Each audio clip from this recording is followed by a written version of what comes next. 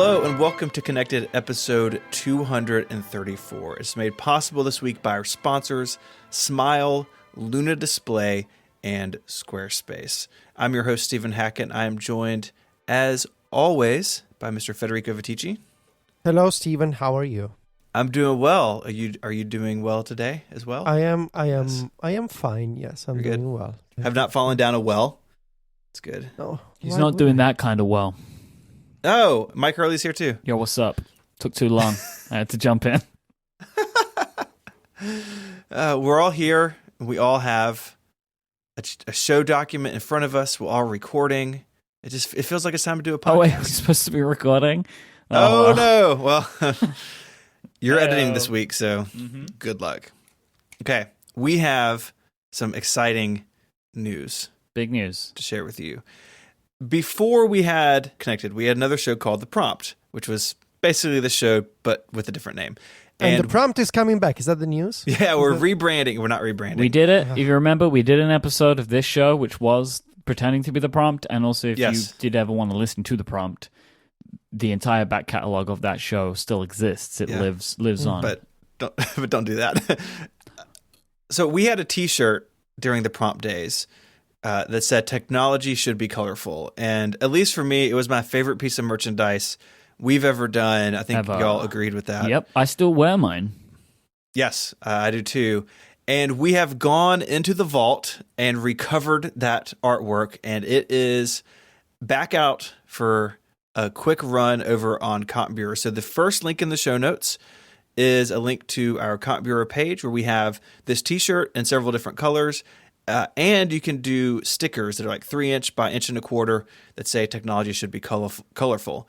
This is something that means a lot to all of us. We believe that technology is best when everyone can use it, when it's accessible to everybody. It's kind of what this shirt means to us. And in that spirit, we are donating a portion of the proceeds to App Camp for Girls, which is a wonderful organization in our community teaching girls to code and to develop applications. It's great. We know the people over there, and we've been so honored to work with them for years now, supporting their cause. And this is another chapter in that story with us and them. So go check this out. You have 2 weeks from today. We hit launch on this T-shirt campaign literally right before we picked up the Skype call. Mm-hmm. So you have you got 2 weeks. Go check it out. Stickers too.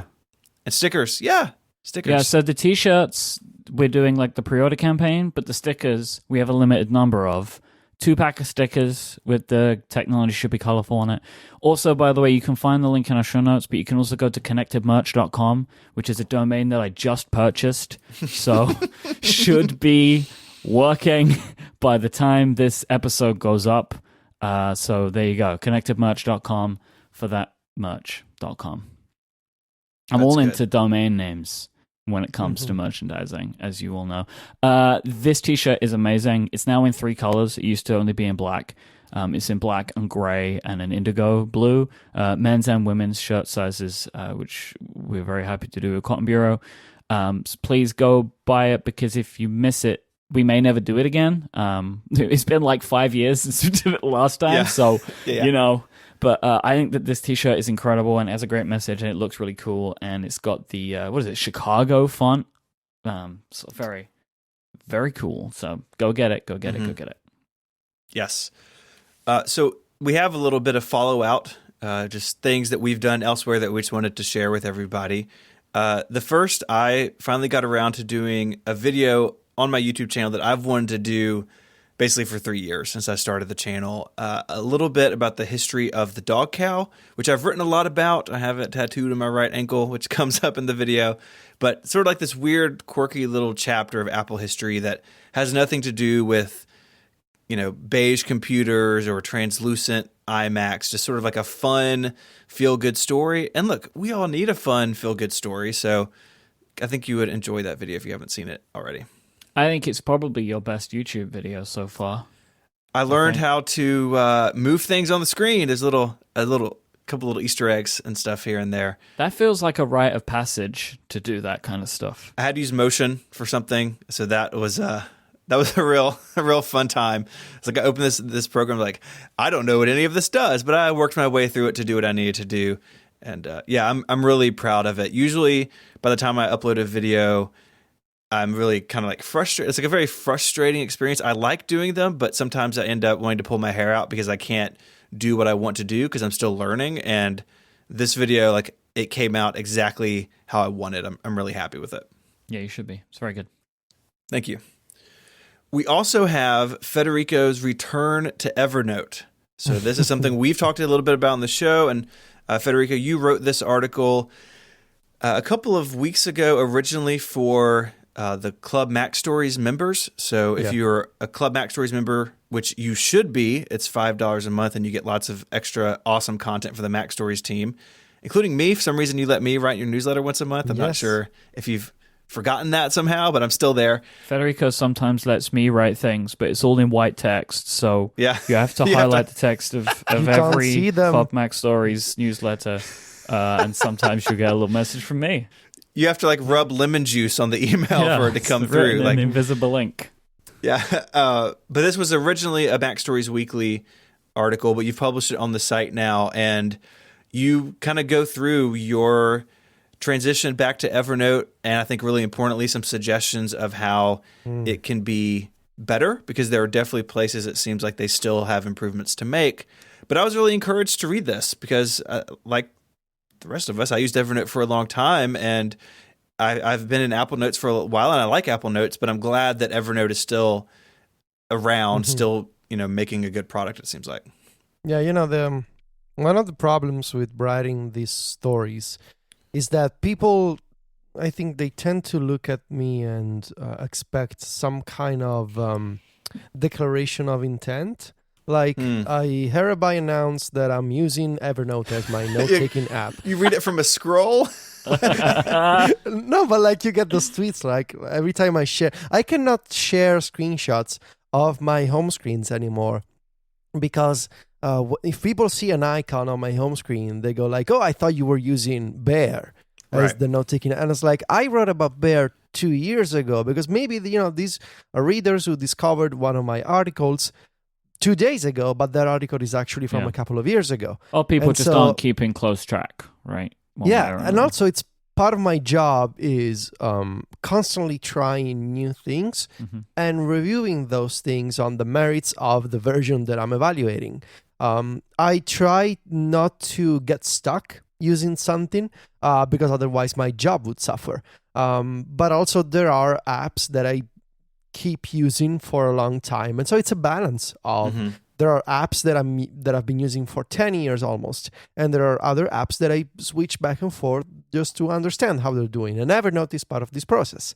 But I don't know if I will be using Evernote by the end of 2019. Right now I moved everything back to Evernote, and I'm using Apple Notes just for the collaboration features.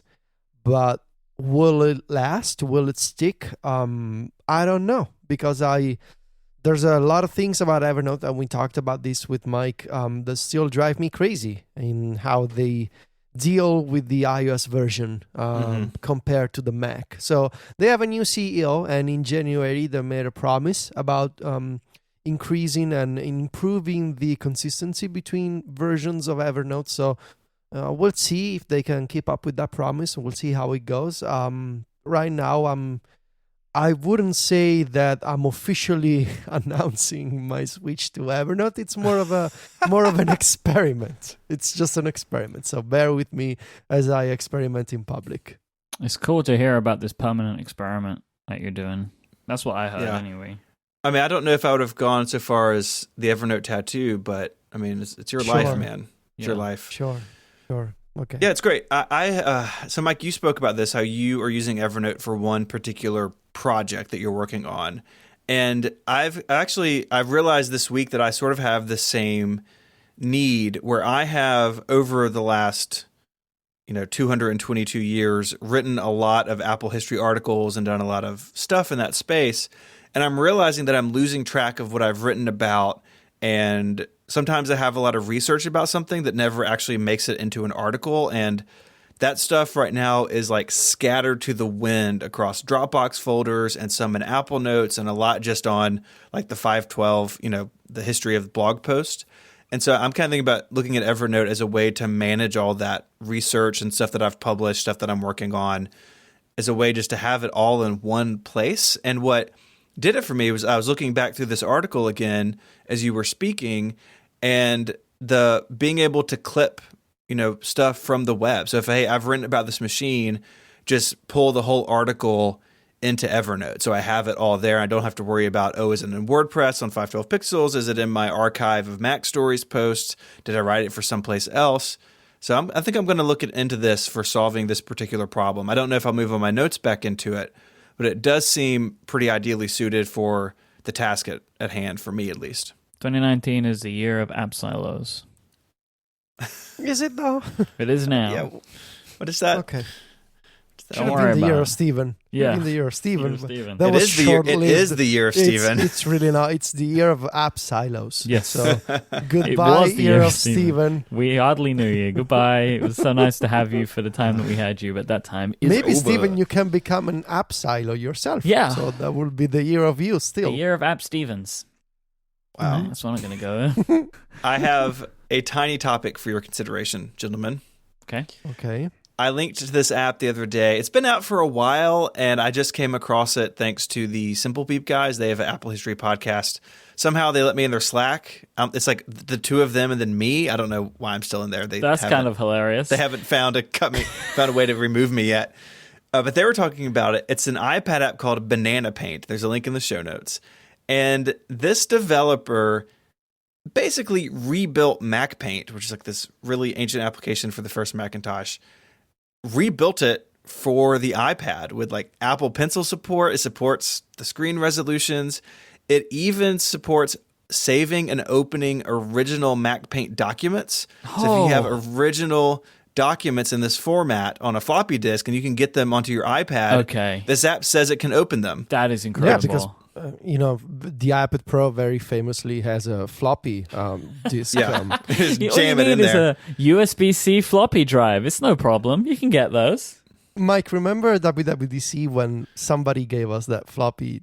Is it called a disk or a drive? I don't know. Disc. But basically, I don't know what it was, and we were holding that strange artifact. That was like And- that was an actual big floppy disk, which were floppy, Yeah. not hard plastic. Like the 3.5, is it 3.5 inch floppies? They were hard plastic, right? Yes. Yes.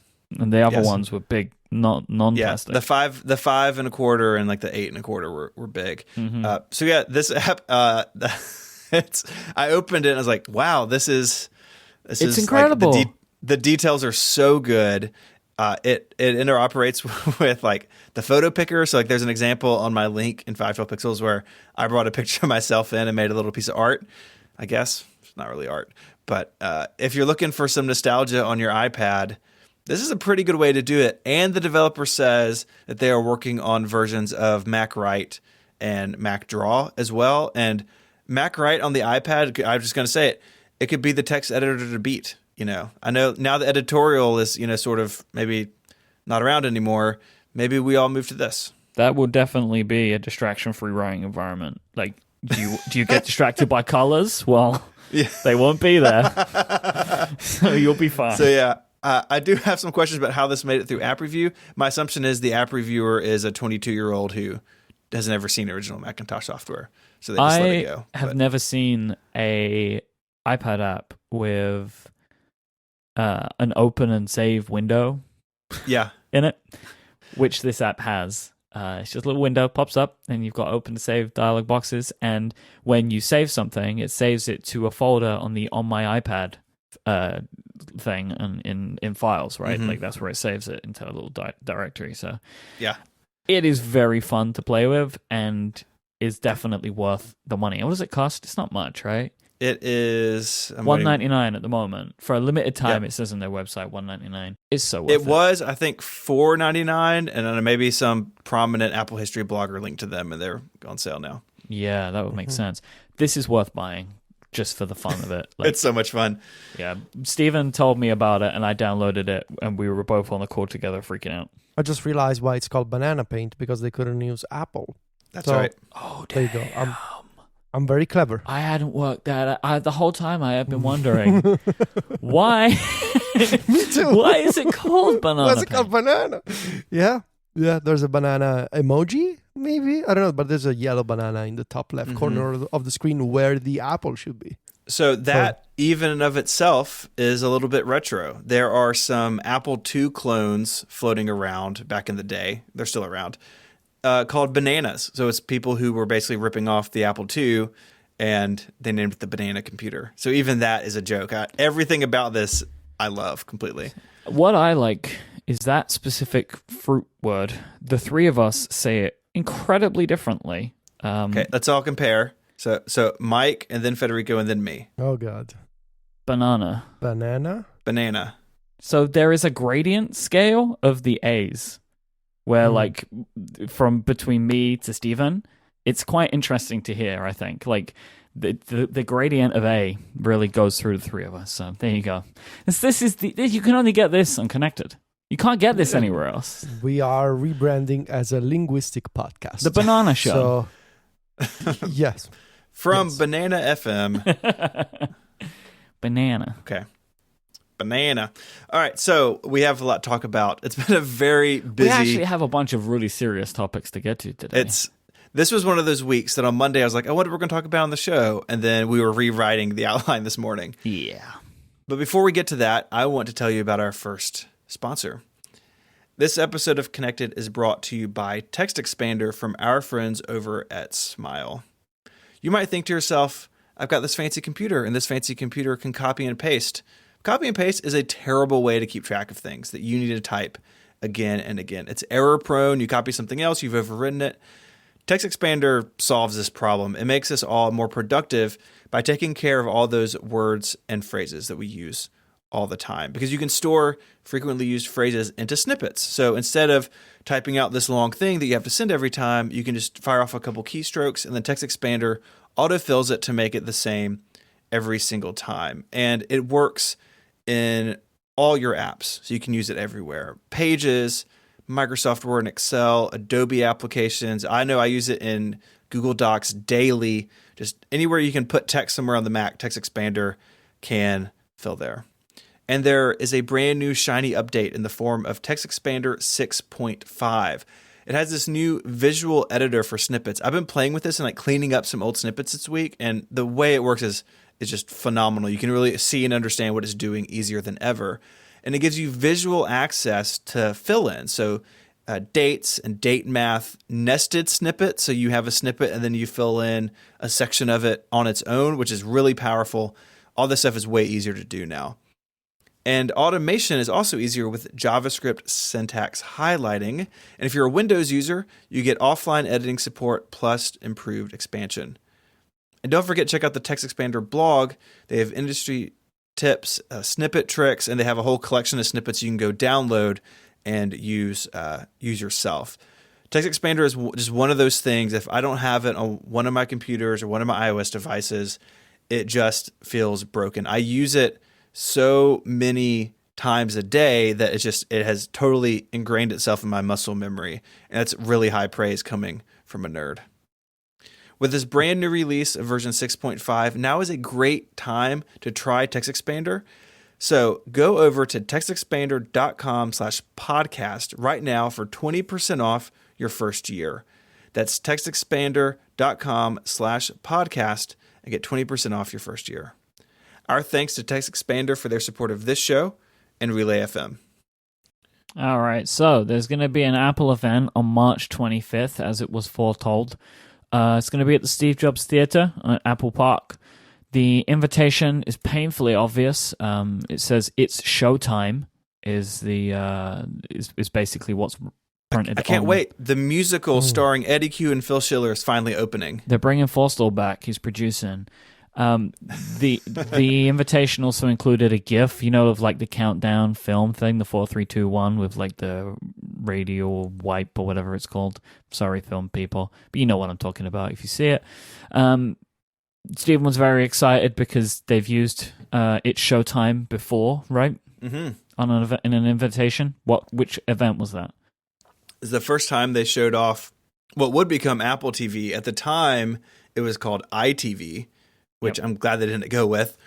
This was in, I guess, the fall of 2006.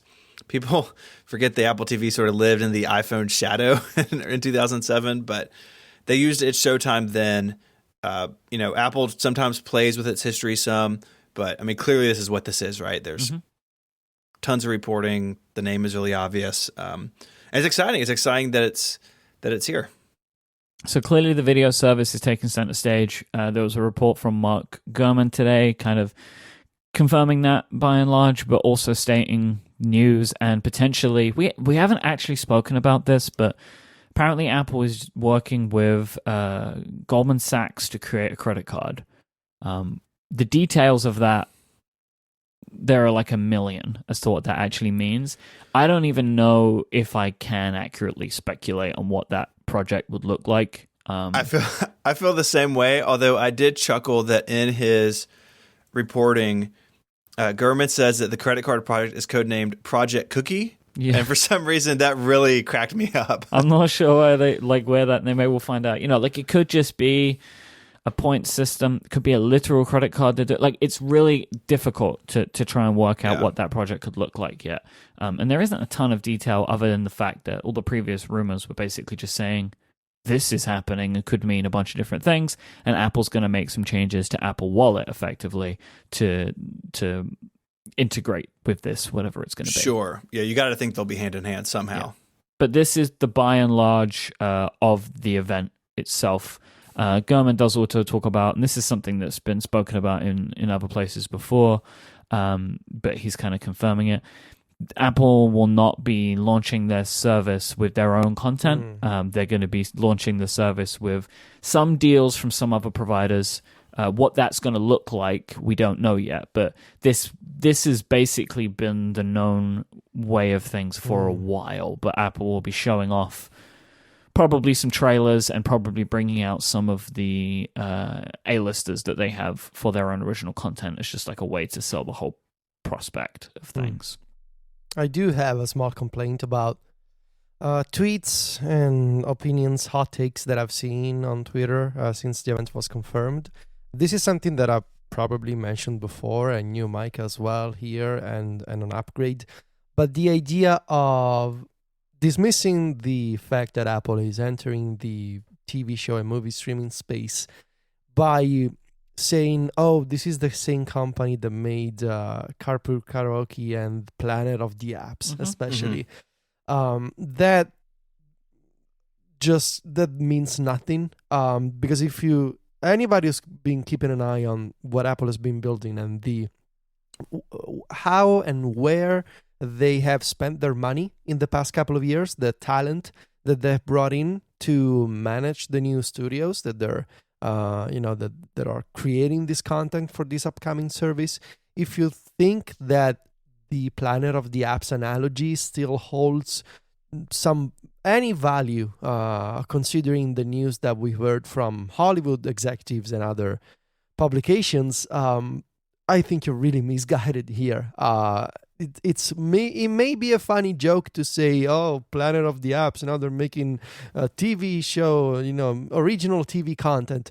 But that really, it may as well be two different companies at this point. The company that made Planet of the Apps and the company that hired and paid for this original content, they're not the same. But I keep seeing these tweets and I keep seeing these opinions, and I fear that we'll keep seeing more, especially during the event, because reasons. Because people like to, I don't know what it is about Apple fans and not liking the idea, but I've seen this thread of hot takes, not liking the idea that Apple is spending money on original content. I don't know what it is. But my theory, which people never like to hear, but my theory for not everybody, but for many people, they don't want their computer company to become a different company. Like we like Apple making technology. Apple being a media company is like a different company. And also you can ascribe a lot of the things that people are unhappy with right now, like it's all pushing into the services stuff, right? Like services is driving so much of the company's focus, and what about this thing that I like and that thing that I like? And, it's like whenever people wanted the Mac Pro, it's like, oh, why are they spending money doing this? They should put those people on the Mac. Like, it's that, right? Like, it's that kind of feeling of the focus isn't where that you want it to be. And if something's not right, then you're like, well, the company's focus is scattered. So the idea of now becoming a content production company only stretches that focus more. So I think it makes people uncomfortable. There should be a Venn diagram for people who idolize Steve Jobs and people who complain about the modern Apple, because I feel like most of these people, they have this vision, this sort of idea of Apple guided by a single person, by Steve Jobs at the helm, directing every single choice that Apple makes. And Apple hasn't been that company for a decade almost at this point. It could be argued. I just think it's a bit frustrating to see these interesting news, these events that are happening, and I think it's a transformation of the company being so quickly dismissed as, oh yeah, they're making Planner of the apps, only it's a service. I just don't get it. Some of these shows will be bad, but because that's just the way things are going to go. But I think some of them are going to be really good. I have because as in typical Upgrade fashion, we're going to be doing a draft next week. So when pulling together a list, I have also pulled together a list of just some of the names that they have attached to projects. Would you like me to just list some of them? Yes. Please. Oprah Winfrey, Steve Carell, Jennifer Aniston, J.J. Abrams, Reese Witherspoon, Brie Larson, who's Captain Marvel, Jennifer Garner, Sarah Bareilles, Chris Evans, who is Captain America, Charlie Day, Rob McElhenney, Taika Waititi, who directed... I'm just pulling out the Marvel ones because there's an interesting superhero thing. Taika Waititi directed Thor Ragnarok, which is amazing. Jason Momoa, who's Aquaman. Josh Gad, Tristan Bell, Stanley Tucci, Leslie Odom Jr., David Diggs, M. Night Shyamalan, Steven Spielberg, Octavia Spencer, Kumail Nanjiani, and Kristen Wiig, Emily V. Gordon. That is just some of the names confirmed for projects. I think you made your point. Yeah, but we would take your point more seriously if you were riding down an escalator while giving it. Hey, there he is. Yeah, your point is well made. Some of this is going to be bad, right? Like, Netflix makes things that don't go anywhere and they cancel them quietly, and like that's part of this business, right? Part of the media in a way is like speculation, right? It's like, oh, I think this will work. I think people will like this, but you don't know until it comes out. And I think that those early shows prove to Apple that, oh, we just can't put like Eddie Q in a director chair and it work out. Like, we need to hire like adults to come in and do this. And they've done that, and they've spent serious money. I think they're deadly serious about this content being good. Yeah. The people that they hired were Jamie Erlicht and Zach Van Amberg. They both worked at Sony and were responsible for shows like Breaking Bad. Yeah, which was, I mean, fairly popular, I guess. I mean, it did okay. So I think basically the reason they have so many shows is because they're hedging the bets, right? Like, they know that not all of it's going to be good, and they also need to be able to think that they're also buying movies, and also the rumor is that they're going to, if you say, like, buy some back catalog content to try and fill it out. I'm most intrigued about how they're going to make that work, because that doesn't seem likely to me, but it depends who they're going to buy it from and what the money is. So there's a lot of stuff. There's going to be a lot of conversation about this over the next few weeks. If this is of any interest to you, don't listen to Upgrade. We do we do a segment called Upstream every single week where we talk about this stuff, and we've been doing it for like over a year. So we have a lot. I mean, because Jason is very clued into this type of stuff, right, with the Incomparable. So, and I also just find any kind of like big business dealings somewhat interesting. So there is a lot going on there. There's going to be a lot of celebrities on stage and a lot of TV executives. Oh, this is my warning to connected listeners. This Apple event is not going to be like normal Apple events. It's going to feel very different. It's probably going to be pretty boring. Do you remember that education event they did last March? Yeah. It's probably going to feel like that one. And or a combination of when they introduced Apple Music and brought Drake on stage. When I consider it very unlikely that we'll see hardware, right? Like, it doesn't seem like that's going to happen. And most of the stuff that they announce is probably not going to be out for a while. So it's going to be a lot of services stuff. I think it will be interesting, but set your expectations going in, right? Like, Only in the Apple community can you get people who are upset that they get surprise appearances by Drake and Lana Del Rey. Like, well, everybody you know, else would be ecstatic. it's like to if get Tim to Cook see- came on stage at a Drake concert, it probably wouldn't be what those people wanted either, right? But I mean, get in touch with reality. You're seeing Drake and Lana Del Rey on stage. That's pretty awesome. Like, why would you? It is like worth it? remembering, though, Federico, that was up until that point, a very boring WWDC.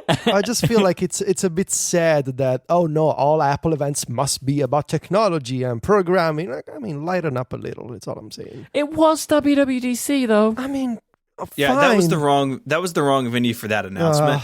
But that announcement on. would have been totally fine as a standalone thing. If that was in September, no problem, right, to have Drake it was there. also the WWDC that lasted like 3 hours. It was Yeah. the longest one in the books, I think. And so people were just like, peeing in cups and stuff, trying to get out of I there. still think they should lighten up a little and enjoy the moment, but that's just me.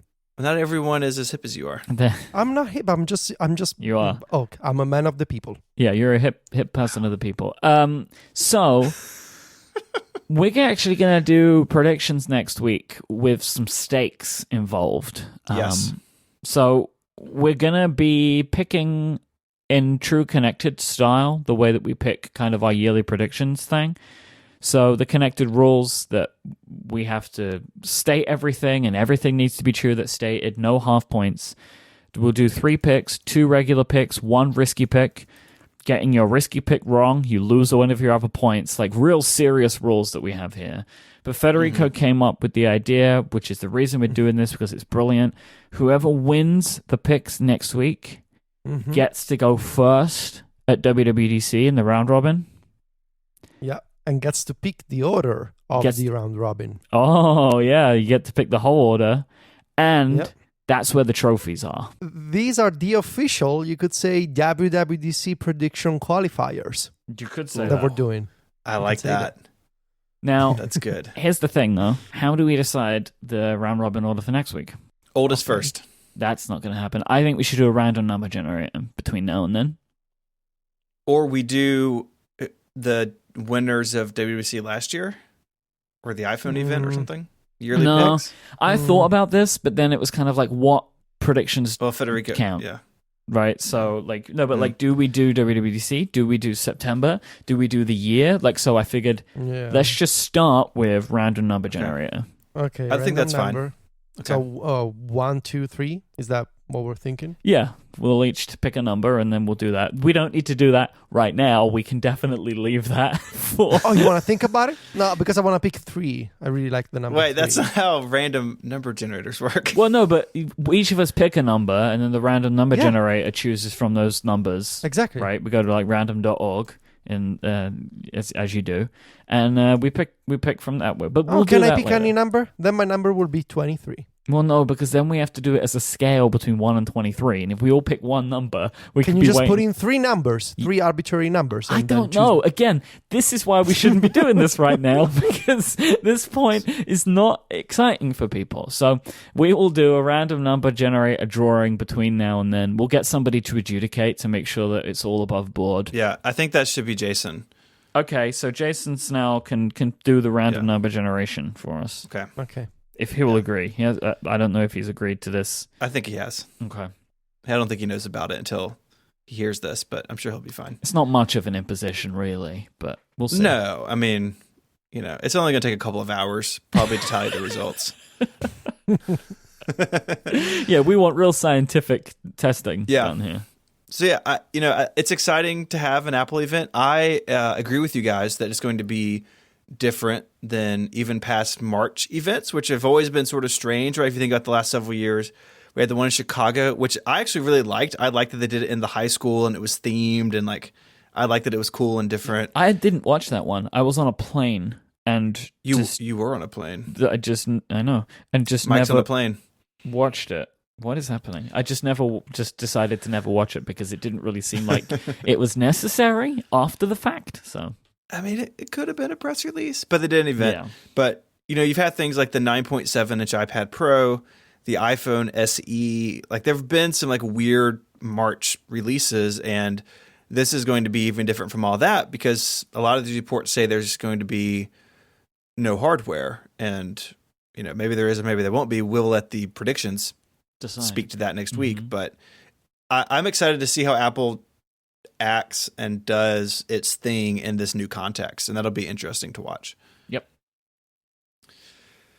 Okay, we are going to start a new series here in a second. Federico had this great idea for a connected mini-series, but first I want to tell you about our second sponsor, if that's okay. This episode of Connected is brought to you by our friends at Luna Display. Having extra screen space while working on your Mac is super useful. It can make tiresome tasks more enjoyable by removing all of that command tab switching frustration. And we have iPads, and iPads have stunning displays, but if you're on your Mac, your iPad's in your backpack or in a different room and it's not being useful at the moment. Well, Luna Display can make it useful in those situations because it turns that second stunning display into a second screen for your Mac with this little tiny bit of hardware.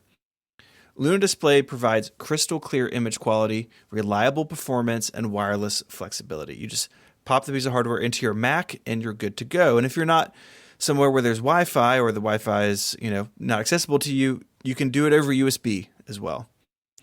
And the great thing about Luna Display is how portable your new setup becomes. So you can be more productive at the office or in the studio or as you travel. It's a super smart way to work with more screen real estate while on the go. Luna acts as a complete extension to your Mac. It's going to support your external keyboard as well as your Apple Pencil and touch interactions, so you can interact with your Mac with just a swipe of a finger. And their all-new Liquid Video Engine brings significantly reduced latency and a faster screen refresh rate. So I've been using my Luna Display for several months now, and I was impressed right away with the quality of the hardware, this little adapter you plug into your Mac. Sometimes you get these things and you're unsure of the hardware quality. This is a beautiful object, and it plugs into the back of my iMac. It's very discreet and small. It's not this big thing hanging off the back. And it gives me all this great functionality in a little piece of hardware I can just stick in my pocket and take with me. Listeners of Connected can get an exclusive 10% discount on Luna Display.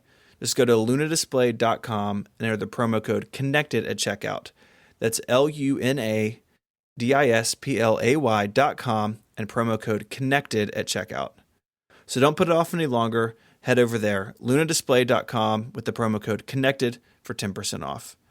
Our thanks to Luna Display for their support of this show and Relay FM. So here on Connected, we often talk about apps, and we discuss how we would like apps to be better on iOS, especially built-in apps made by Apple.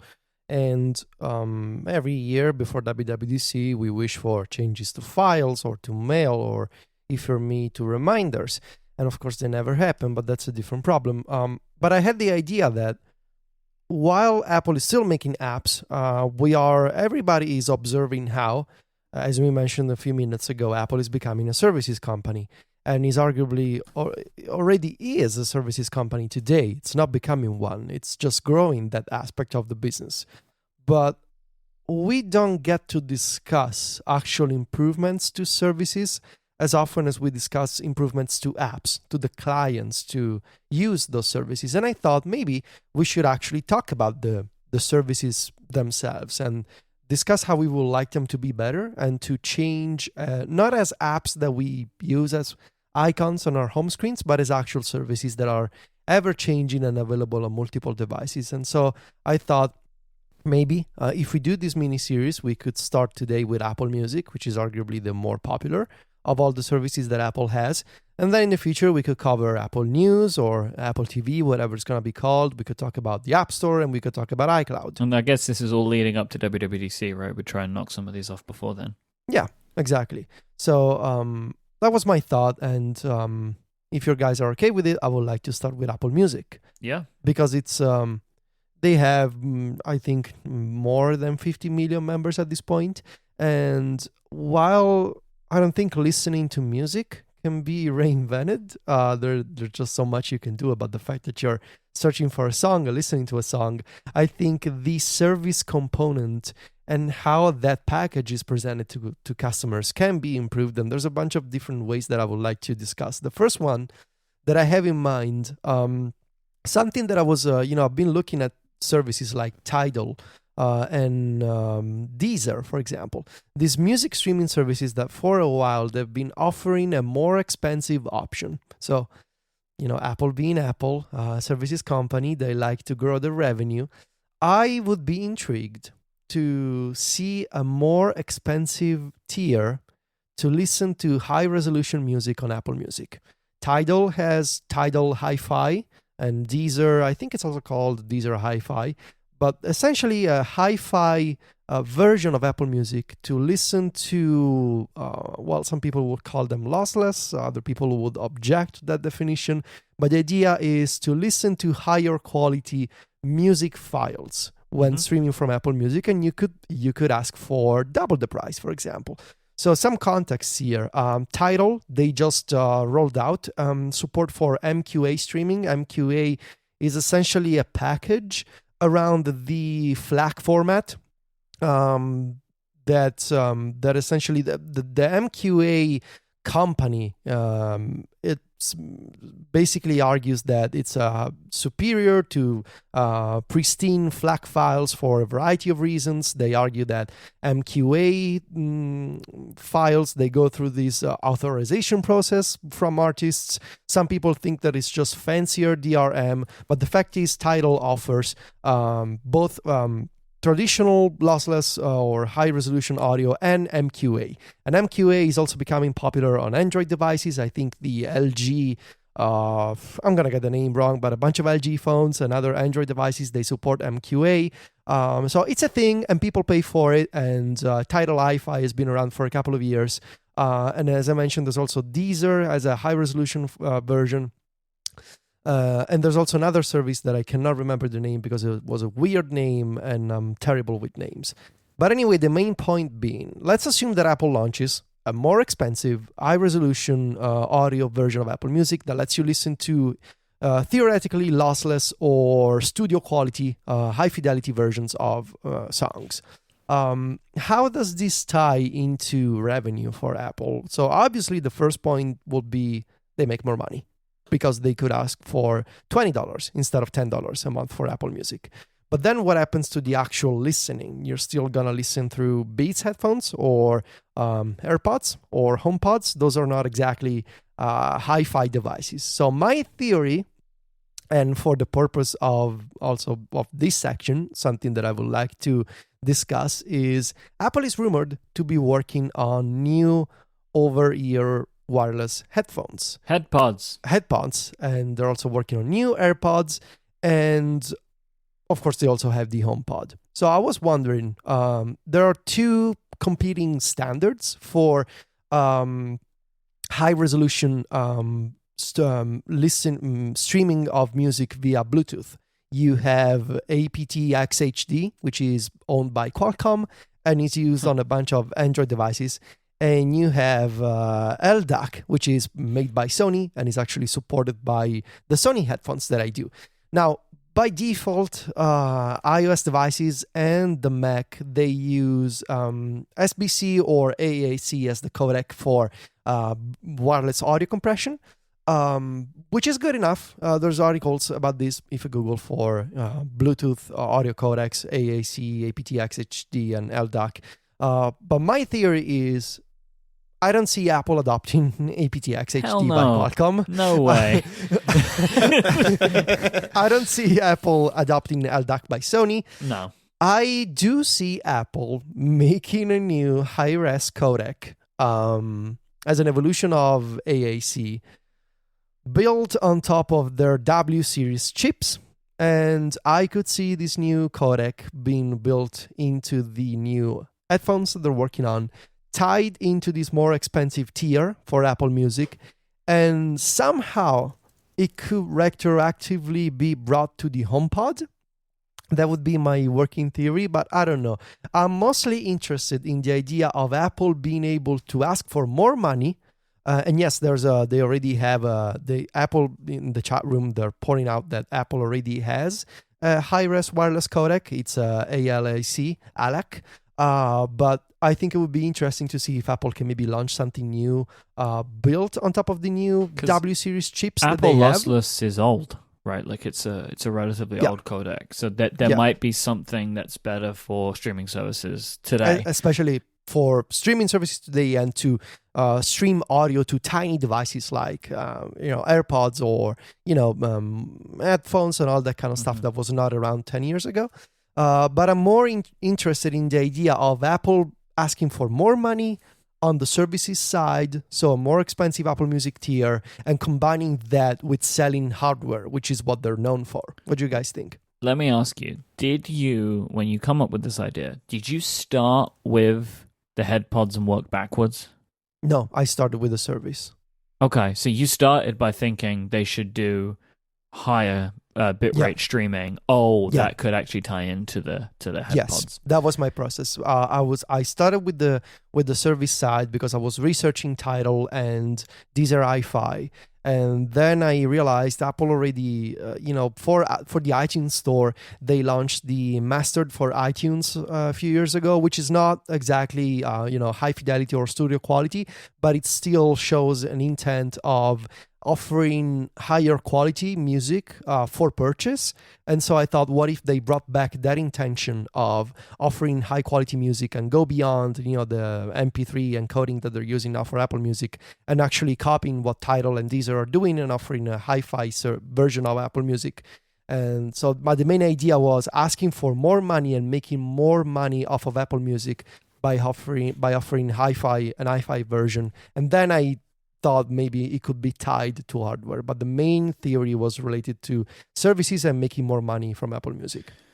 Yeah, because this is like, I think it was like, I don't know if people want this, but the idea of having a higher tier makes sense to me.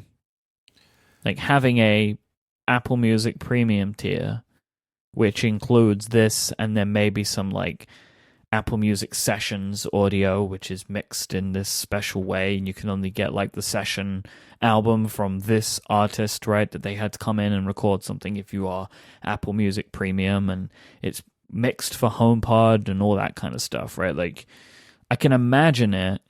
I just don't know how many people would want it, but that doesn't mean they wouldn't do it. I am just not sure what the how big a market this is, and but my thinking would be like they did the HomePod though, right? And the HomePod is way too expensive compared to its competitors, and way too heavily focused on listen how good our music is compared to the competitive products, which does fit in with Apple's kind of like history in this arena. So I don't know if you just gave me this idea in one sentence, if I would come along with you on this ride, but listening to you explain it and talking about it, it's like, okay, it seems more plausible to me. Yeah, I don't know. The idea would be that it's a niche, but it's an expensive niche, and Yes. Apple already has higher quality files on iTunes, so why not also put them on Apple Music and charge for them? But yeah, I also see why most people don't care about this stuff because they just want to stream content. But then again, Tidal gets good press every time they roll out improvements to hi-fi, and arguably it's become one of the distinctive features about Tidal. So in any case, the second idea that I had and that I wanted to discuss is new ways for artists to monetize. This is an ugly word, but bear with me. To monetize fans and the community and their audience inside of Apple Music. So not a social network. I don't want Apple to make any more connect or ping or whatever. Ping too. Not a social network. I think it would be awesome if, as a fan, I could buy merchandise, or I could buy concert tickets, or I could get access to exclusive content like acoustic jam sessions, or exclusive concerts like Spotify, for example, as Spotify sessions. To have all of this extra stuff from my favorite artists inside of Apple Music. And of course, Apple could take a cut from these transactions, but it could enable that kind of direct artist-fan relationship that is otherwise left to Google and discovering the website of your favorite artist or following them on Twitter or Instagram. It's more manual work. Whereas I think it would be nice to have that integrated experience inside of Apple Music to trust Apple with your transaction. So your credit card details would be managed by Apple. You could use Apple Pay, which would be perfect to buy physical products and have them shipped to your home. But the idea of I'm paying for streaming, but actually artists, they make the most money from selling additional stuff to their fans. They sell concert tickets, they sell merchandise, they sell extras. I went, for example, I bought for my girlfriend last year VIP concert ticket to see Justin Timberlake as a birthday gift. And you get all that extra stuff as part of the experience. And that is how artists can make money these days, by selling new concert tickets with multiple tiers. So you get merchandise, you get posters, you get, all that kind of stuff. And to have all of this into Apple Music in the same package, in the same product that you use to listen to music every day, you would have that complete package of it's digital, but it's also physical in the sense that you can use Apple Music as a first step to then go to a concert or buy merchandise or download extra music from your favorite artist. I think bunch of services tried this before. Beats Music years ago had something similar in that there were some merchandise links. Spotify has some merchandise sections for some artists. And of course, there's been other dedicated utilities to sort of automatically scan your music library and associate that artist with websites and social profiles, that kind of stuff. But I think if Apple Music could do it, if Apple could do it in a single product with an artist dashboard, and you as a fan would see this sort of store for your favorite artists, I think that would be pretty awesome. I think this makes a ton of sense. And this is what I wanted Apple Music Connect to become. Like when I saw that, I was like, oh, this is starting out with like sort of a weird private Twitter for musicians or something. And then it got expanded and then it went away. And I have this like funny thing of like finding out about a concert about 2 days after it happens. And if I could in Apple Music say, hey, I want to get updates from this band and this band and this band, but not these others, and have all that, surface for me in the Apple Music interface, what it does is it turns Apple Music from just a music streaming service to like a full experience. And you've got to think that is in line with what Apple wants out of this sort of thing, because if they do this, surely Spotify and others would come along as well, but it does make Apple Music more sticky, and it gives, if it were to take off, it would give artists a reason to hang around, right? Like with Connect, what upside was there? Why would they share just an Apple Music where they could just tweet about it or put it on Instagram or someplace else? But if you enabled all of these layers like you're talking about, it becomes this sort of world in which artists and their fans can stay connected. And I think that'd be really cool. Like I would love this.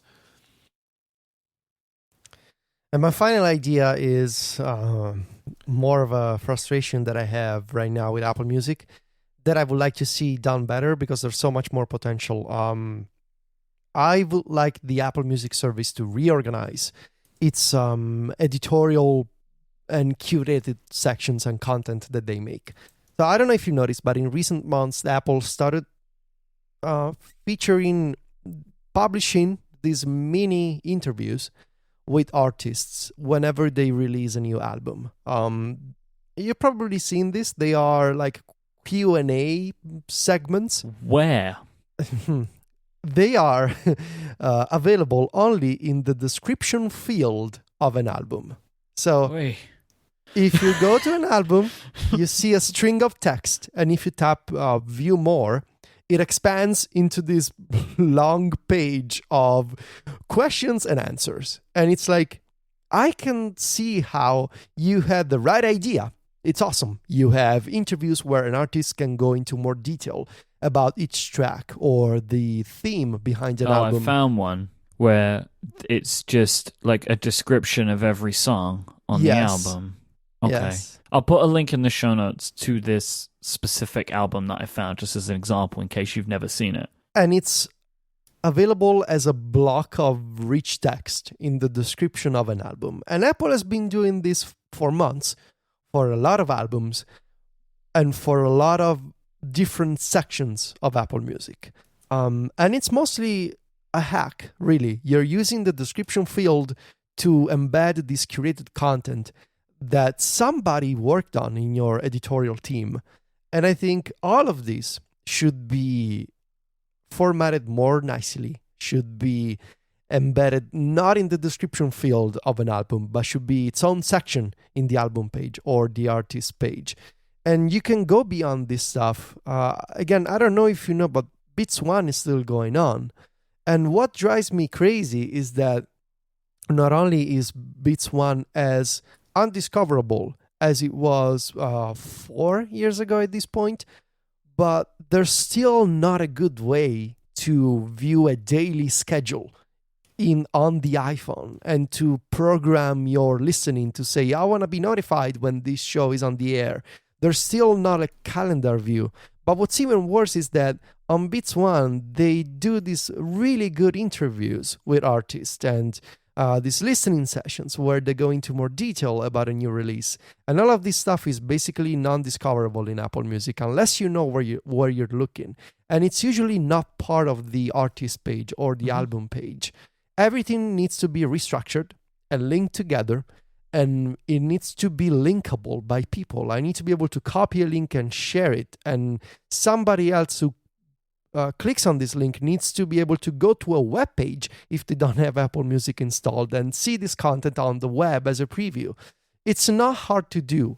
People figured out, the World Wide Web 30 years ago, and Apple has these hacks upon hacks of using rich text for interviews in the description field of an album and not linking to their own interviews and forcing you to follow them on Twitter to know that Zane Lowe interviewed Churches last week. Like, I'm supposed to be finding out about this in Apple Music, not on Twitter. I will say the one good part about this messy situation is this is the music editorial team inside of Apple pushing things past what they technically should be allowed to do. Right? Yes. Which is, that is like a beneficial thing, because that is that team kind of forcing the development teams to try and potentially add stuff for them. They're just like, well, this is all we've got, so we'll just work within it. Right? Like, we want to interview the foals, so we're just going to throw it into the description of the album, and that's where it will live, and we want to do it, so we've done it. So, like, at least there is that to this, right, where it's like, okay, it is definitely showing the issues with the platform, but at least these people are going out there and adding in as much interesting content as they can, even though it's in a weird way. Yeah. And also, on Beats One, or like the radio stuff, I don't listen to it anymore. I don't know anybody that does, but Nicki Minaj has a show called Queen Radio, which is very buzzy from time to time. Like, if she's ever in some kind of feud with somebody, it will always Usually find Cardi its way. B. Yeah, it will usually find its Am way I to right, Queen Steven? Radio. I've seen it trending many times on Twitter. So, like, people are listening to it. It's just maybe not the people that were listening to it at first, maybe.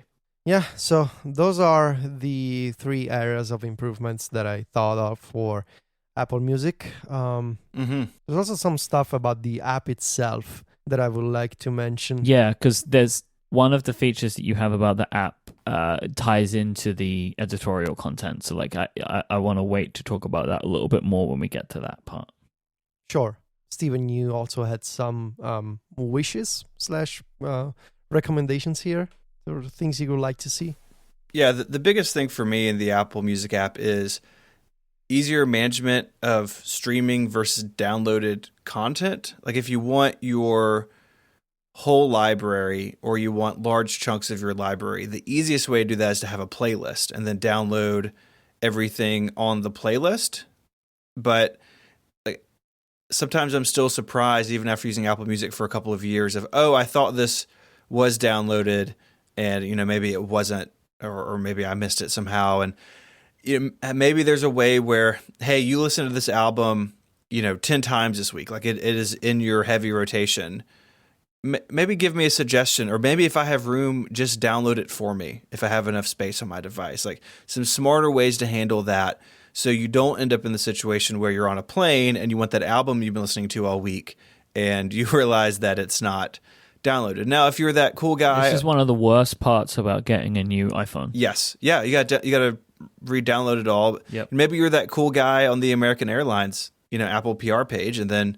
if you're that guy, all smug and satisfied, you have your music, but the rest of us are kind of stuck scrambling sometimes. And I think I would just like to see better management tools around that. And I think secondarily is like the iPad app could use some love. Like some parts of the UI on the iPad app are a little strange.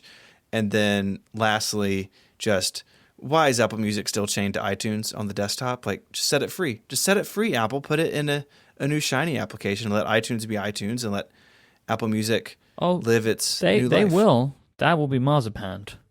100% it will be. Mm-hmm. That's when your breakup of iTunes begins, but just not yet. Soon, but not yet. Before I get to the feature that Myke asked about, I have a bunch of smaller improvements that I want to run through real quickly. Okay, in Apple Music on iOS, create smart playlists. This feature is still exclusive to iTunes on the Mac. A new way to sort your playlists, so to separate visually playlists that you created, shared playlists that you're subscribed to, and playlists made by Apple Music. The ability to collaborate... It annoys me that my playlists get put down at the bottom. Yes. Why does that happen? Why can't they be alphabetically sorted? I have a playlist called The Adventure Zone, and it's at the bottom of my playlist screen. And that's the one I listen to the most. So, why is this happening to me? Yeah. The ability to collaborate with other people on playlists. Spotify has had this feature for ages. The ability to customize the For You section. I still cannot say, no, I'm not interested in trending songs, or I want to see this section at the top, not at the very bottom. Make it easier to browse genres. If you want to see what's new in the alternative genre, it still takes you so many tabs. You need to open browse, you need to tap on, you need to open the list of other sections and eventually find your genre. There should be ways to customize the app and say, I want to have a shortcut to this specific page and make it easier for me to find what's new. Again, schedule for Beats One. Why is there no built-in calendar view in Apple Music to see the various programs and interviews and live shows that are airing on Beats One? I don't know. Make the app feel faster. I don't know about you guys, but I feel like Apple Music, a bunch of the transitions, they're too slow. When you want to open the now playing screen, it's like the way that it slides up and other menus, they feel a bit too slow, and they could feel a bit faster because the app can, I don't know, but I feel like there's Spotify is a bit more responsive. I still wish I didn't have to scroll up to get to shuffle. Yeah. And finally, new tools to train the app better, like to say, mute this artist. I never want to see new releases from this artist, or I just want to be able to tell the app that I'm not interested in classical music or hip hop, for example. I have a funny thing with my my favorites list, like the favorite playlist or whatever it's called. My favorites mix. So I did a series on a show that I used to do called Inquisitive, where I asked people their favorite album. There are still some songs that I listened to one time that come up in my favorites mix. Now, why does that happen? The only time outside of the first time that I ever listened to those is the 2 seconds of the song from Pavement from which was Brad Dowdy's favorite band that I didn't like, or from the Sweeney Todd musical soundtrack, which was great, but I never typically want to listen to a random musical track in the middle of a playlist of other songs. And they keep coming up, they're still happening, and I only ever listened to those albums once, and the only other times that they come up is when it's in this playlist, and I don't really know why that keeps happening to me. It's actually in there right now. a song by Pavement called Summer Babe. Now, I do not like that Pavement album. I only ever listened to it once. So why does it happen? It's definitely not a favorite. So there should be features to train Apple Music and to manually say, remove this, or I never want to see this again, or just I want to teach the algorithm or whatever how to do its job, because evidently sometimes it does not do that job very well. So my final feature request/idea would be integrating Apple News inside Apple Music.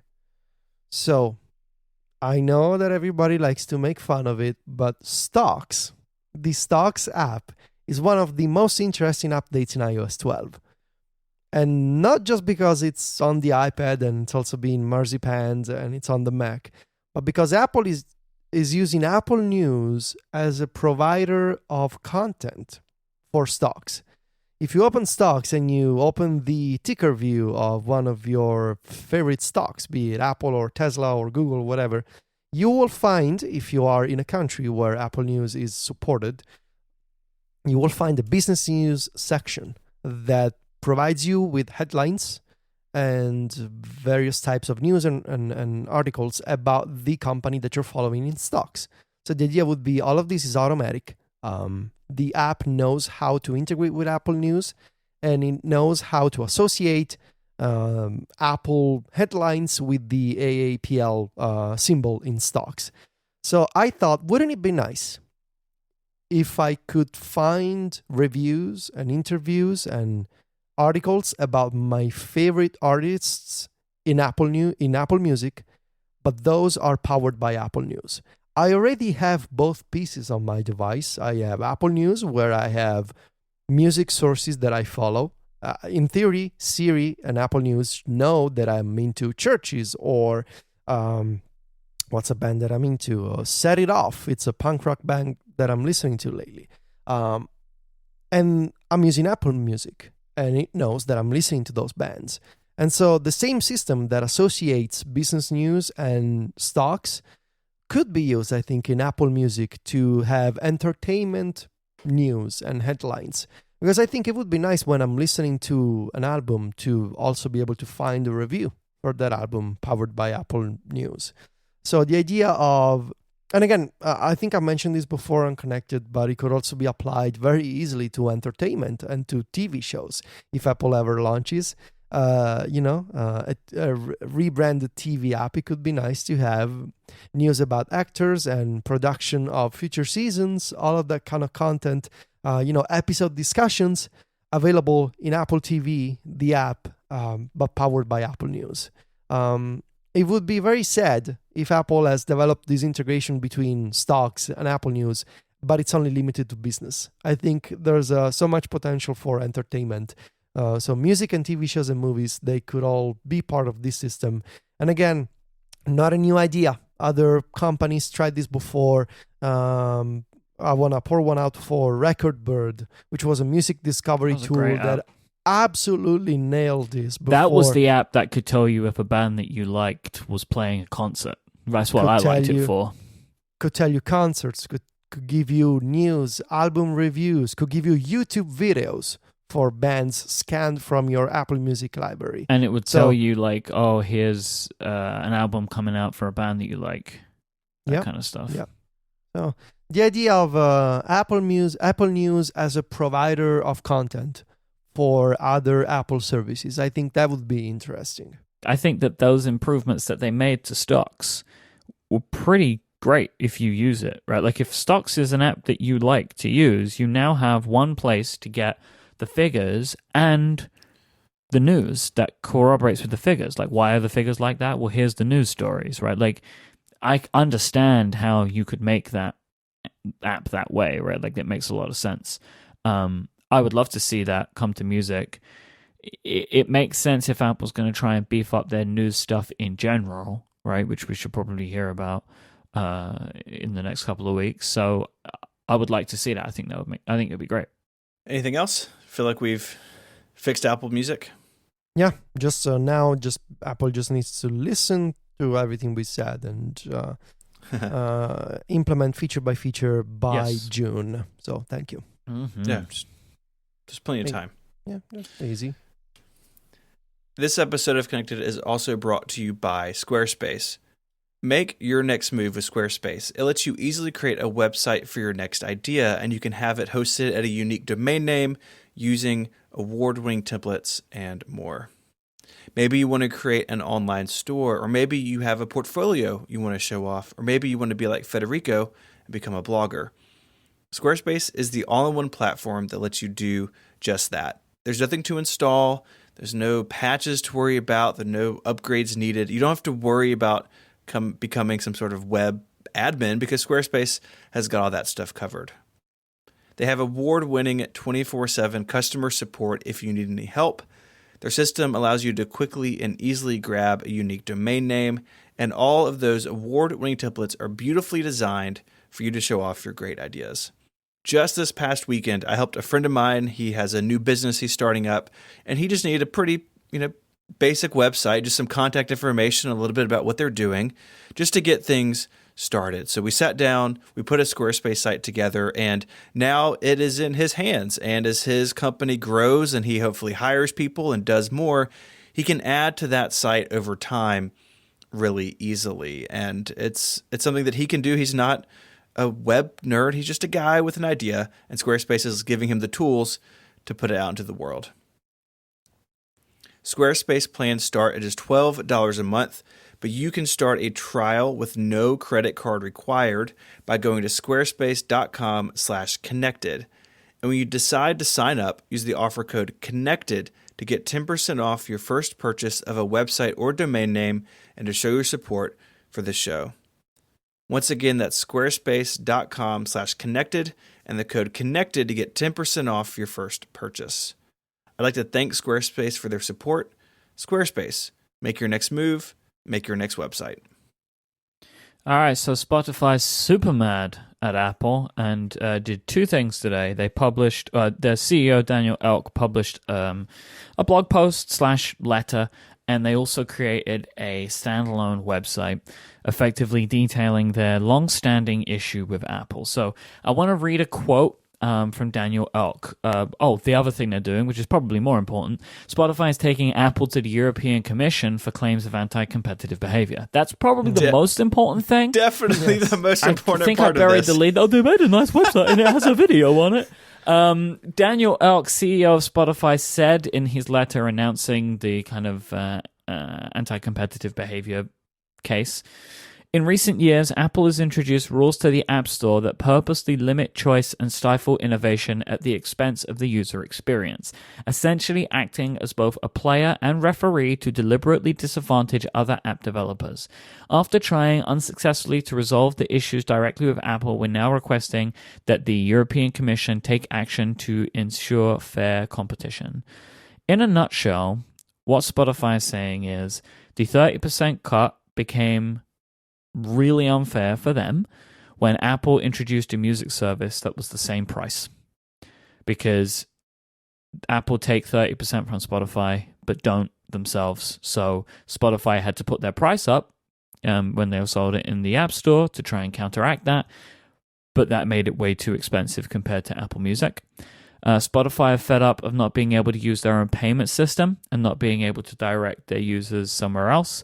They want the same treatment that companies who sell physical goods get. And they also built this consumer-facing website called timetoplayfair.com, where they've included a timeline of all of the issues that they feel they've had with Apple. That also includes talking about like restrictions to Siri and at the Apple Watch apps and HomePod, that they want to be able to be kind of first party there, but can't be, and they've asked for it. The website, the Time to Play Fair website, takes, I think, some liberties in places. Like they're being, I don't know. I don't know about all of their claims, right? But I don't disagree with their main points, right? Like I look at that and it's like, I find it hard to argue with the complaint of the price thing. Right? The price thing is the biggest thing here, where Apple take 30% from Spotify, but price their service the same. And I see that, and it's like, well, I think you'd find it hard to argue the point of them, Apple not trying to stick it to Spotify here. Like, I think you would struggle to make the argument that they're being fair to Spotify. Like, and, because then there's also this idea of, like, not only that they weren't even allowed to link out to Spotify's website so people can sign up. You can't even mention that like payment systems ever exist or premium plans ever exist in your application. So clearly Spotify and Apple have been at it for a long time. And irrespective of what Spotify has said about this, because they said that the reason they've done it this week just because they have done it this week. But I think it's incredibly clever that this has happened just before Apple streaming services event, because this is now going to be front of mind for other companies Apple might want to work with. So there's a lot of stuff in here, as I say. I think some of the points have some merit. Some of them seem to just be enforcing another point. Obviously, it's Apple's App Store. Apple can do what they want in their App Store, but let's remove monopoly from this conversation. Monopoly is not. I don't really know if that's what is going on here, nor I think is that really what Spotify is saying. It is anti-competitive, which is a different thing, right? Like on iOS, Apple's the only iOS platform vendor, and Spotify want to be on iOS. Spotify's customers want them to be on iOS, but Apple is making it difficult for Spotify to operate in a way that they deem fair. So that's kind of where we are with it. Have I done a decent enough job of summing this up? It is a very complex issue. Yeah, I think you did, and I come at this from a simple perspective of, let's just ask ourselves a simple question. Is what's good for Apple also good for consumers? And I think that should be the lens through which every company operates. Is what's good for me also good for the people who give us money? And I think I would urge everybody who has, a political position in this debate to just think about this. Do you think it's fair that Apple forces these companies to operate with these margins when, and this is an objective truth, Spotify is paying 30%, or for subscriptions that last over 12 months, 15%. Essentially, they're paying this for distribution of their app binary and for payment processing. Because, I see the argument that people often say, well, you gave 30% to Apple, but Apple takes care of promotion and marketing for you. And we're talking here about a company that is on the constant fear of rejection, that I've never ever seen marketing or any kind of editorial or promotional push for Spotify made by Apple. Spotify is paying for access, essentially, to the App Store. And I'm a believer in open markets, in the idea that competition is good for companies and is good for consumers. And I don't think this is fair competition. Yes, it is Apple's App Store and Apple's iPhone, and if they want to lock it down, so they should try to do so. I bet they will lose their customers if they try to lock down the App Store just to prove a point. So the point is not what Apple can do. The point is what should Apple do? What is the fair and the right thing to do from a competitive perspective? And if you think that killing the competition and making money off of services by making life difficult for other companies is fair, then maybe we have a different definition of fair competition. I guess that would be the problem. Even like taking what you're saying about what's good for consumers to the next level, if you are a Spotify user, why should you not be able to use Spotify the way that you might want to use it on the iPhone? Why, because you want to use Spotify, is it more difficult for you on the iPhone? Especially when the idea of payments via non-Apple in-app purchase systems does exist, right? So like Spotify bring this up as like they're trying to compare themselves to, they use Deliveroo and Uber. Deliveroo is like Postmates in the UK. And I know, and like we all know the rules are different, right? That if you're selling a physical good, you can use your own payment system, right? But why is that, though? Like, I think this is the point that Spotify are getting at. We all know that's the rule, so, like, comparing it doesn't work the same. Like, because Spotify is trying to make it like, oh, they're punishing just us by doing this, right? That's the kind of point that they're trying to, like, make you feel. But, like, take that point away from it. Why is it okay for Amazon.com to sell physical goods using their own payment system, but Kindle books can't? Like, why is that fine? Well, the easy answer is Apple sells books. They don't sell Right. paper towels. Exactly. But isn't that a problem? That's what the problem is. And when you get into this ground of Apple is in the market, in a market, and it controls the App Store, the market resides within. Like, without the App Store on the iPhone, there's no music streaming on the iPhone, right? Like, it all lives within that framework. And so far, where we've seen these things cross, I think Apple is over the line. And yes, I think Spotify is making this big flashy argument. I think it's super interesting. They're making the argument legally to the EU at the same time, where they are in just an all-out PR like blitz to consumers. Clearly they want the public to be on their side, which is really interesting. Most people, when the ebook scandal went down a few years ago, you asked the average person, they had no idea what you were talking about. But maybe this is enough to get this into the general, consumers conversation. But I got to agree with Spotify here that Apple using its power over the App Store to benefit Apple Music unfairly. And then you add on things like Siri does not work with third-party streaming providers, any audio streaming providers, really. It builds a case, I think, pretty clearly that Apple is playing on uneven territory when it comes to Apple Music. So, like, then we go back to this question again. Like, is that okay for them to do that? Yeah. Right? I would say no, but there I'm not a are different judge. schools of thought on it, right? Like, there are different schools of thought on it. Personally, I feel like I should be able to make the decision myself, right? Like, I feel like that is the decision that I should be allowed to make if the App Store is an open enough platform. Like, I feel like if Spotify is allowed to be on the App Store, then I should also be able to sign up for Spotify on the App Store. Like, this weird abstraction of payment is strange to me. It's like, it's either one or the other, right? Like, if everything was done through Apple's system, and it was all done through my App Store account, then fine. But it's not, because there are some services I can do this, some services I can do that, and that's about customer experience, right? I can't even imagine the support that is required for the Kindle app on iOS. Like, the support cost to Amazon, I can't even imagine the amount of money they have had to spend.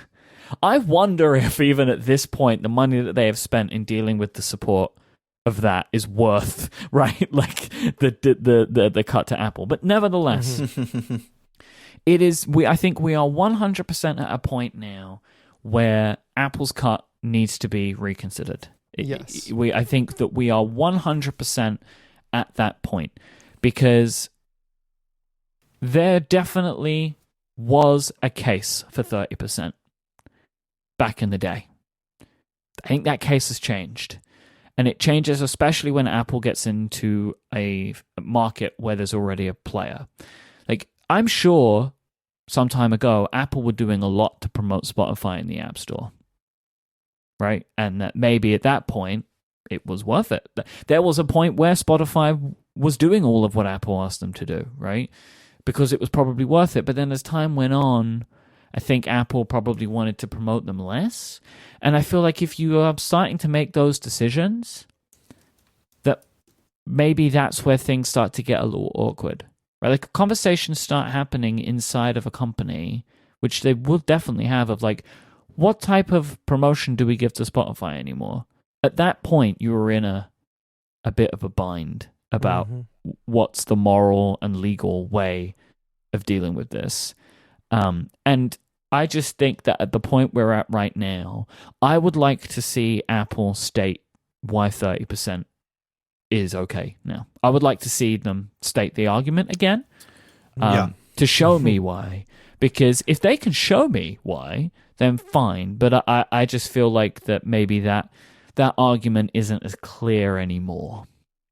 I've seen some people say, and this is something that really doesn't make sense to me, that 30% is because you're paying for a company that cares about your privacy.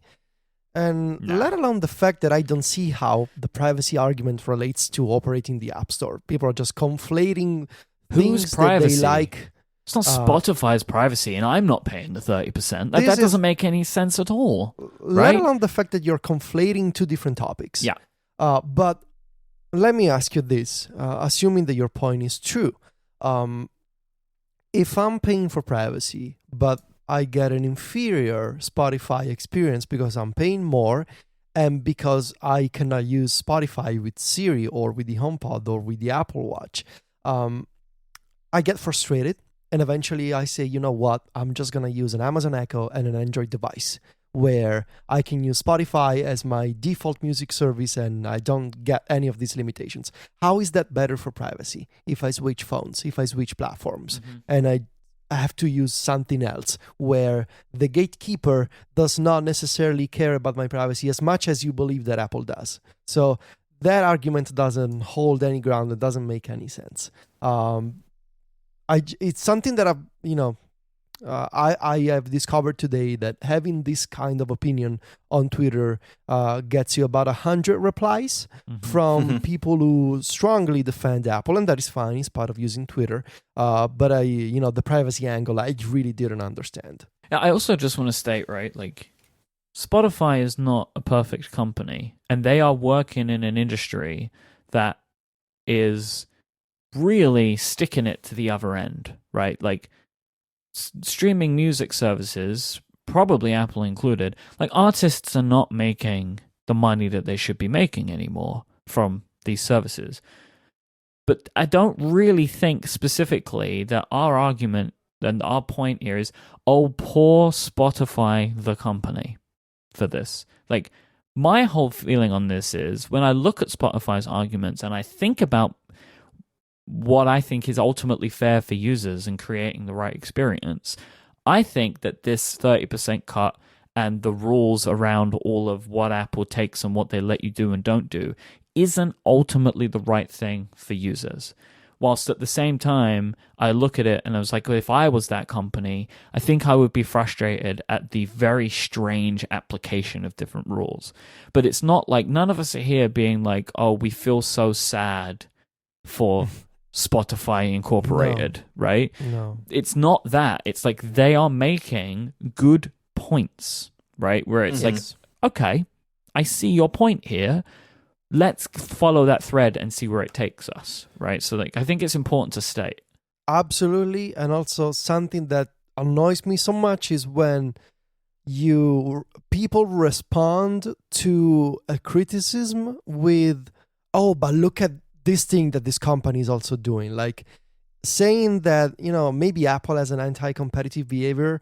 The response should not be, oh, but Spotify does not pay artists. Like, you are mixing issues, and it's important to discuss every issue individually. It's like, if you have, I don't have any brothers, but I see this, in young kids, for example, one kid does something and the parent gets upset and the kid says, oh, but Andrew also did something bad. It's like, that is not the problem here. It's that you did something bad. And then we're going to deal with Andrew later. And, it should be important to separate Andrew's issues, trouble, people. Man.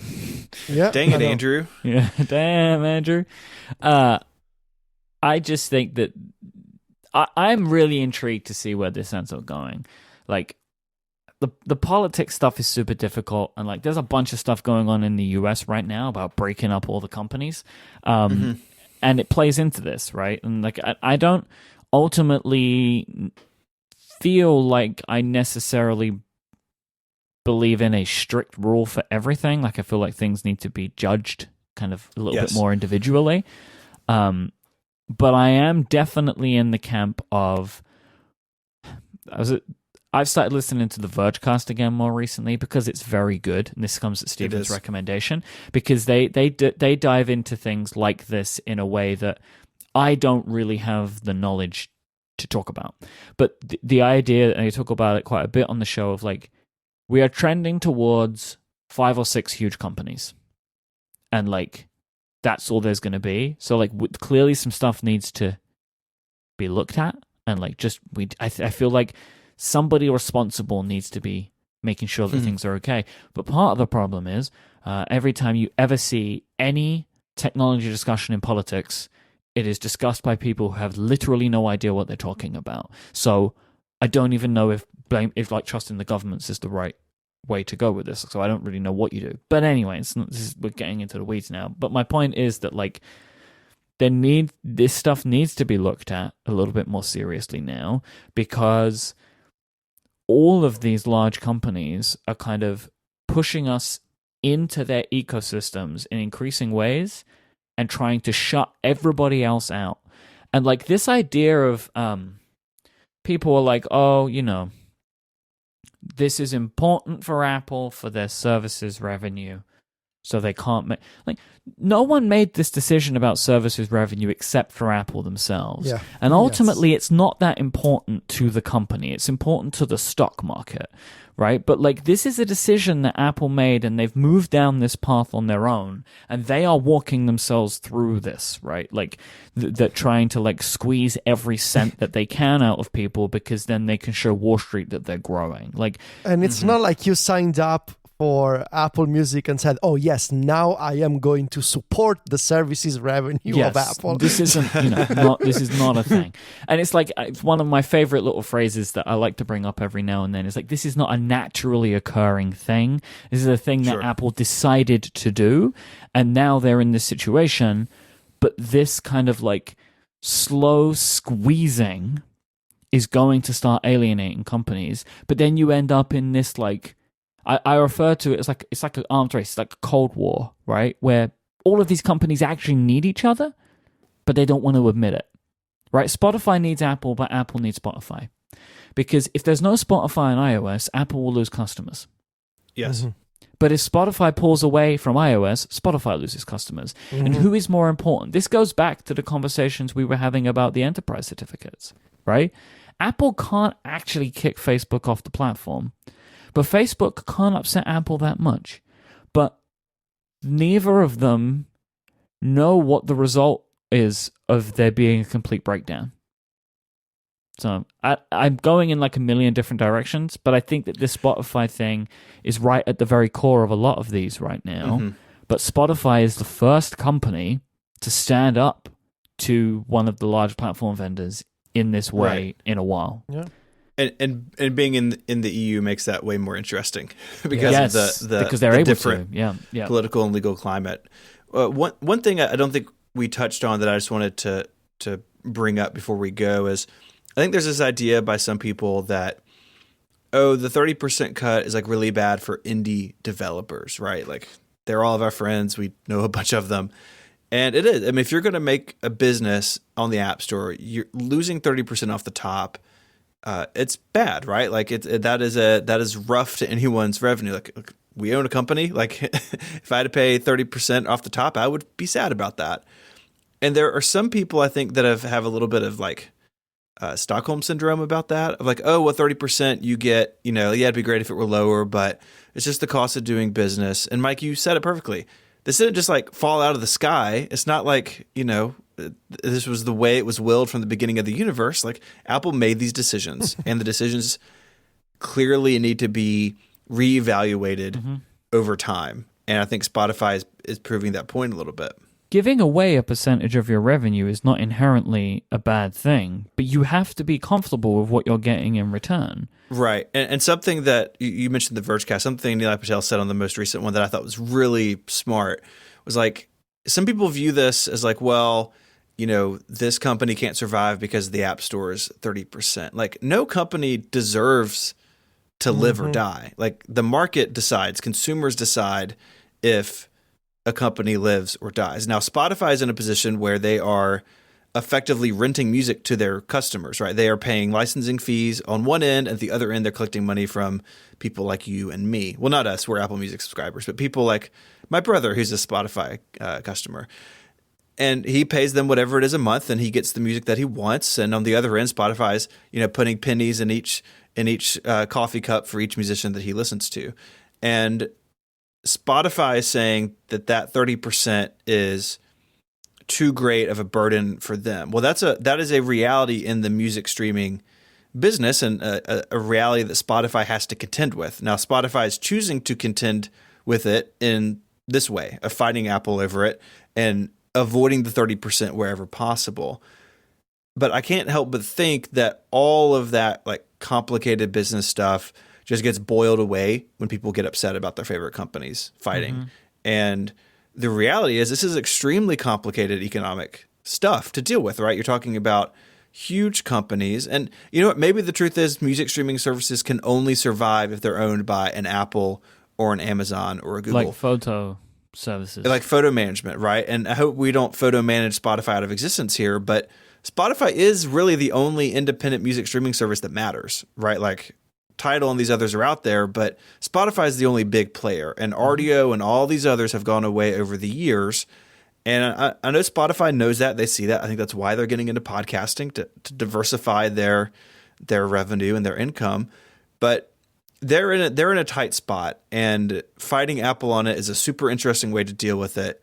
But I feel like the sense I got on Twitter before I muted every keyword I could think of about this debate was people see this as just about the App Store, or just about Spotify not being accessible via Siri, or just about this. And the reality is this is deeply complicated, and it goes to things that feel above my pay grade. But at the heart of it, I think we can agree that Federico's question is best, is what is good for Apple, is that also good for consumers? And if your debate or your argument doesn't come back to that eventually, then I think you're sort of off in the wrong direction. You should buy our merch, connectedmerch.com. .com, or you can find links in our show notes. I'm sure that you will enjoy the merch. The t-shirt's very nice. The stickers will be very good. Remember, the t-shirt is going to be available for 2 weeks. So you can buy it up until March 28th, but don't delay on it, because if you delay on it, you might forget it, and then you'll never get it, and you'll be sad. The stickers are in limited supply. If you buy them together, they'll ship together. If you want the stickers first, you can buy those first, and they'll ship immediately. But the stickers are in limited supply, so you got to go get those. So that's the technology.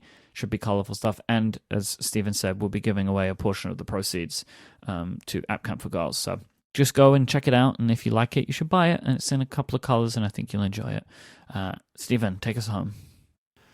If you want to find links to the stuff we talked about this week, head over to relay.fm/connected/234.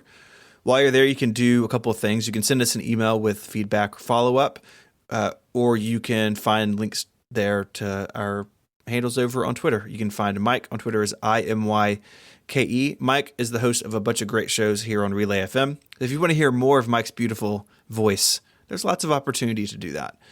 You can find Federico on Twitter at Viticci, Viticci, and he is the editor-in-chief of MacStories.net. I want to give one last plug, too, to your Shortcuts library that you published last week.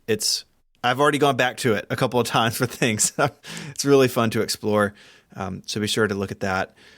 You can find me on Twitter as ISMH, and I write over at 512pixels.net. Until next week, gentlemen, say goodbye. Arrivederci. Buy the merch. Adios.